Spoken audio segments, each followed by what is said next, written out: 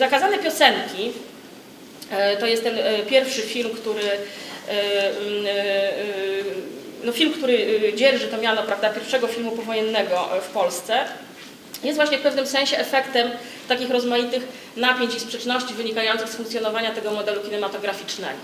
Tak się bowiem złożyło, że różne filmy, których pomysły pojawiły się wcześniej, takie jak na przykład 2 godziny, Robinson Warszawski Jerzego Zarzyckiego, z różnych powodów ich produkcja się opóźniała. Te powody najczęściej były takie, że tam kolejne wersje scenariusza nie znajdowały akceptacji władz,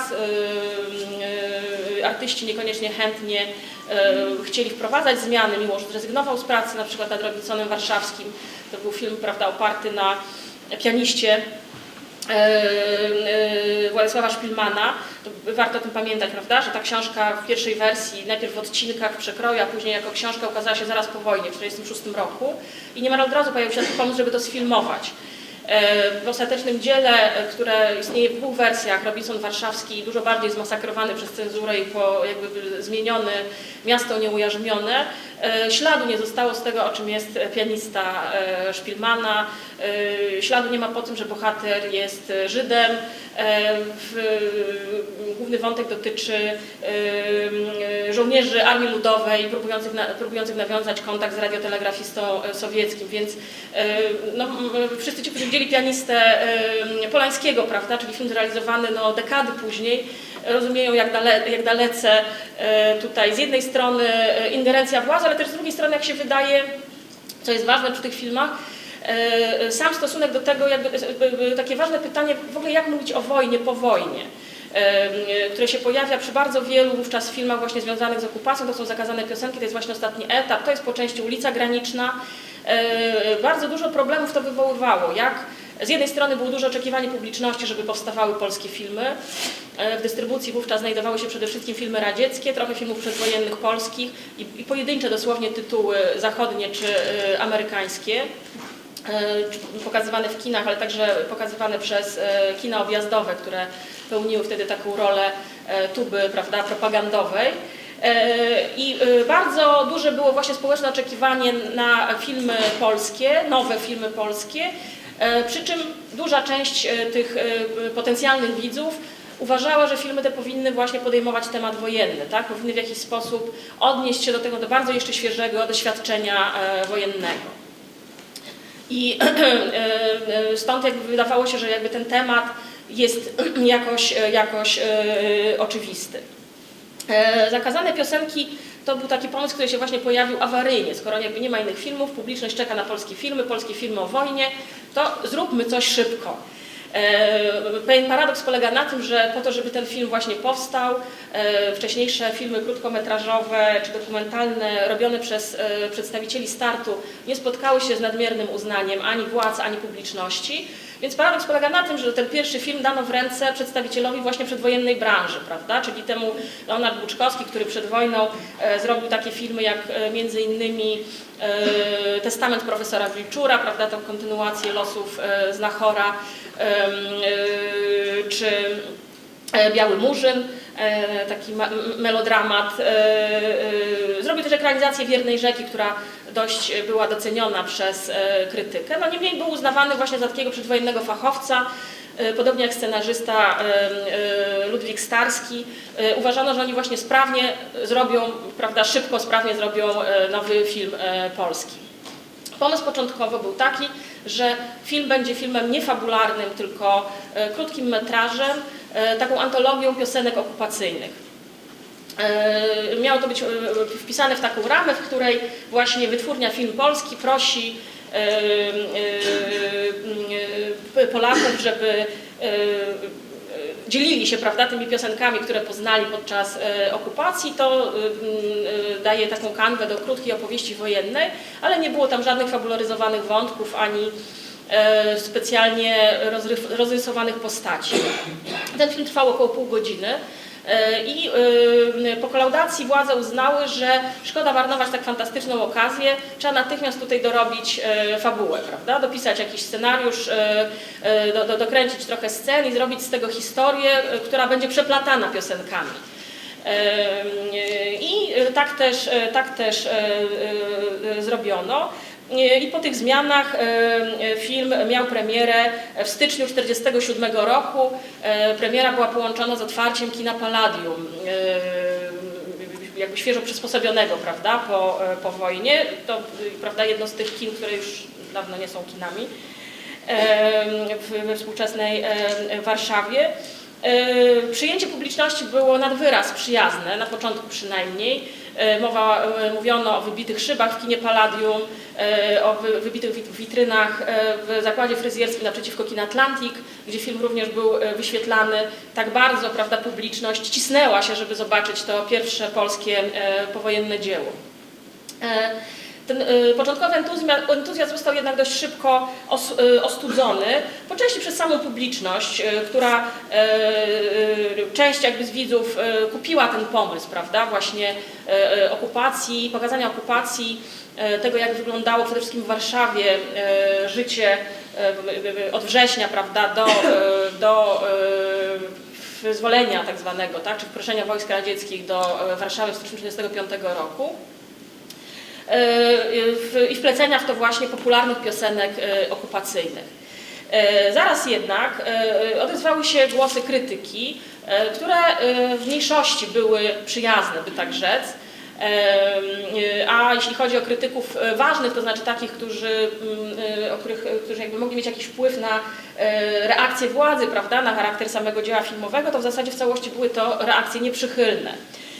Pisano, że film jest tkliwym kiczem pod najgorsze gusty tłumu, że Tadeusz Borowski pisał, autor, prawda, opowiadań oświęcimskich, pisał, że gdyby Niemcy chcieli zrobić film o generalnej guberni, to już nie muszą, bo zrobili go sami Polacy.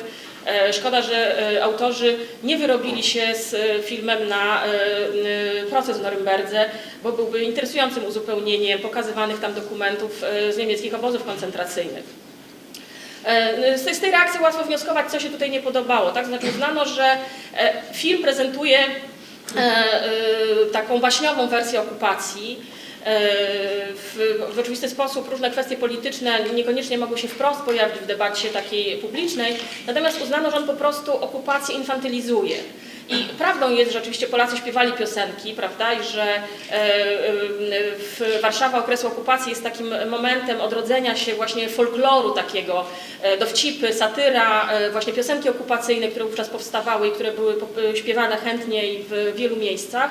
Wszystko to prawda, ale to był jeden z wymiarów życia pod okupacją, w pewnym sensie konieczny dla ludzi, którzy żyli w dużym napięciu, prawda, z jednej strony zagrożenie życia, z drugiej strony naprawdę trudna walka o taki byt codzienny, prawda, o opał, o żywność i tak dalej. Więc te piosenki były tylko jednym z wymiarów tej egzystencji warszawskiej. Natomiast film w jakimś sensie całość życia pod okupacją redukował właśnie do ballad podwórzowych i takiego folkloru. Przy tym rzeczywiście pewne natężenie takie emocjonalne, właśnie stąd oskarżenia o kicz, o ckliwość, dość łatwo zostało obrócone przeciwko filmowi w takim duchu, że proszę bardzo, nie tylko przeciwko filmowi, znaczy można powiedzieć, że film został wykorzystany w walce z filmem polskim, z tym przedsiębiorstwem państwowym, bo argumenty, które się zaraz zaczęły pojawiać, były takie, no jak to? Film polski powstaje, prawda? Powstaje przedsiębiorstwo, które ma wreszcie produkować dużo i dobrze, mają powstawać filmy artystyczne i oto co dostajemy? Po kilku latach kompletnej posłuchy, tak? Bo przez tych pierwszych kilka lat po wojnie nie ma polskich filmów i oto powstaje pierwszy film, który jest po prostu idealnym wcieleniem kinematografii przedwojennej.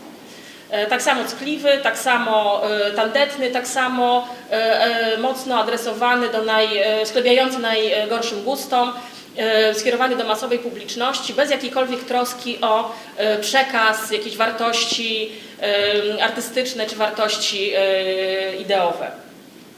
Więc tutaj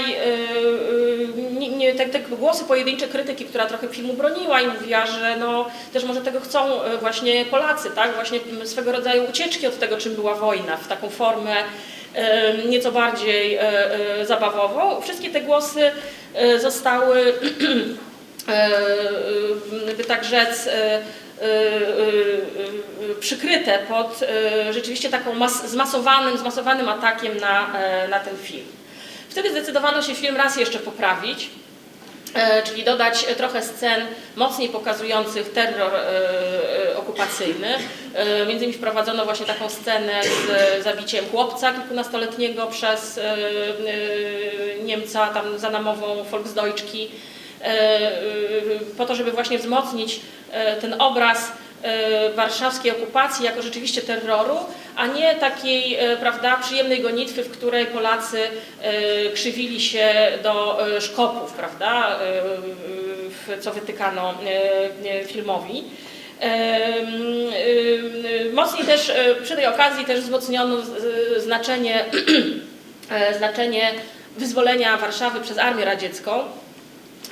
Tam ta rama filmu została w ten sposób zmieniona, że o okupacji opowiada bohater grany przez Jerzego Duszyńskiego, Roman Tokarski, który opowiada swojemu koledze,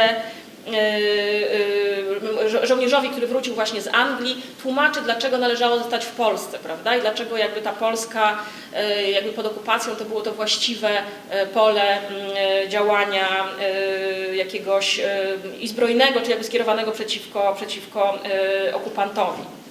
Więc nie tylko wprowadzono zmiany, które, prawda, właśnie wzmocniły to wrażenie, że okupacja była terrorem, ale też oczywiście wymowę właśnie ideologiczną. Tak zmieniony film wszedł na ekrany w listopadzie 1948 roku. Nie pomogło mu to specjalnie, jeśli chodzi o odbiór krytyków. Nie poprawiło to jakoś radykalnie oceny tego filmu. Niemniej pozostał to film, który cieszył się dużą sympatią publiczności, tym bardziej, że też nie miała ona specjalnie dużego wyboru w ówczesnej jakby kinematografii. Po dziś dzień bywa przy różnych okazjach przypominany. I wydaje się, że to jest jakby bardzo ciekawy właśnie przypadek filmu, który no, nie był jakoś szczególnie jakby specjalnym dziełem. Był tym filmem pierwszym i stąd też zapewne żywość tych dyskusji i emocji. No ale stał się właśnie trochę takim zakładnikiem, prawda, w dyskusji, która dotyczyła w gruncie rzeczy nie tego filmu, tylko w ogóle kształtu polskiej kinematografii. Leonard Buczkowski, sprawny reżyser, kontynuował karierę, za chwilę zrobi pierwszy polski film współczesny, czyli Skarb, zresztą z tą samą parą bohaterów, która tutaj gra główne role, czyli Danuta Szaflarska, właśnie Jerzy Duszyński. Potem będzie autorem pierwszego polskiego filmu barwnego, o którym już wspomniałam, czyli Przygody na Mariensztacie. Zasadniczo będzie się poruszał w obrębie kina gatunkowego, mniej czy bardziej sprawnie, posługując się taką konwencją komedii romantycznej, tak można to nazwać, choć nie tylko, bo też jakiś temat morski tam się u niego pojawił, ale bardzo skutecznie funkcjonował w tej nowej kinematografii, mimo tego, że robił filmy naprawdę przedwojenne, tak? Jeśli chodzi o ich konstrukcję, grę aktorską, pracę kamery, wszystko to, co stanowi o całości dzieła filmowego.